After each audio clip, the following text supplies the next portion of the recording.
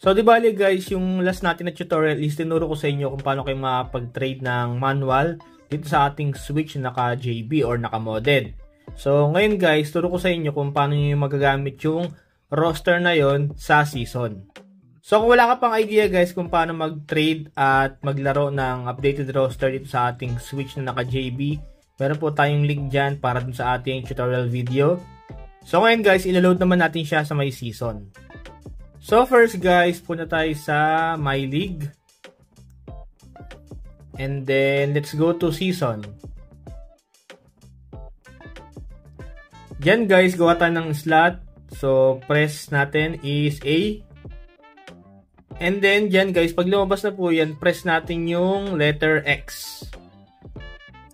Ayan. So dito guys, pwede nating ma-load yung ating ginawang roster. So dito tayo sa User Created Roster, press A. So, ayan po yung ginawa natin na manual trade, no? So, load natin yan, press A ulit.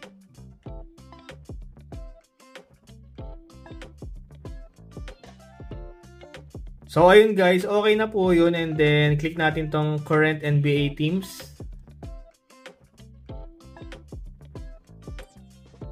And then, start mode. So, gagamitin ko guys yung Lakers kasi yun po yung ating in-update na roster using manual trade, no?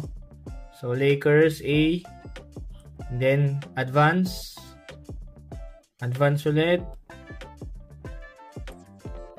Ayan, so try natin guys maglaro dito sa season na naka-update roster. So, ito yung ating unang kalaban, press A and then play game.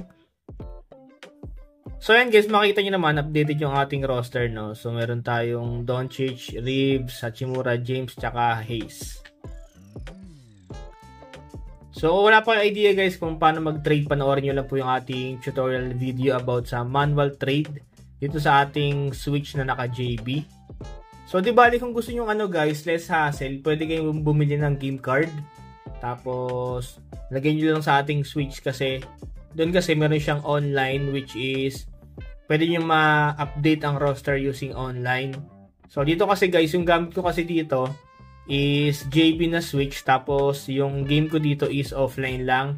Yan, offline mode lang. So kaya ginawa ko, nag-manual trade ako. Pero kung gusto kong less hassle, pwede ako bumili ng game card. So lagay ko lang siya dito. So, para automatic, siya, updated roster. So, yun nga, kung wala kayong game card, pwede nyo gawin itong ginawa natin na manual trade. So, ayun guys, meron tayong Hayes.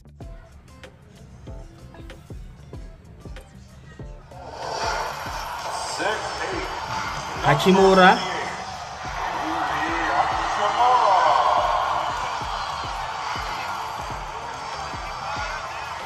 Guard, 6'5", number 15, Austin Reeves.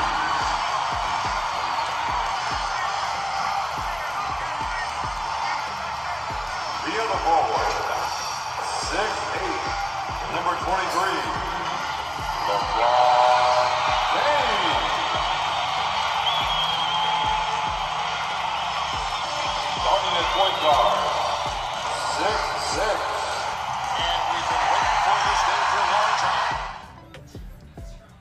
So ayun guys, updated roster sa ating season.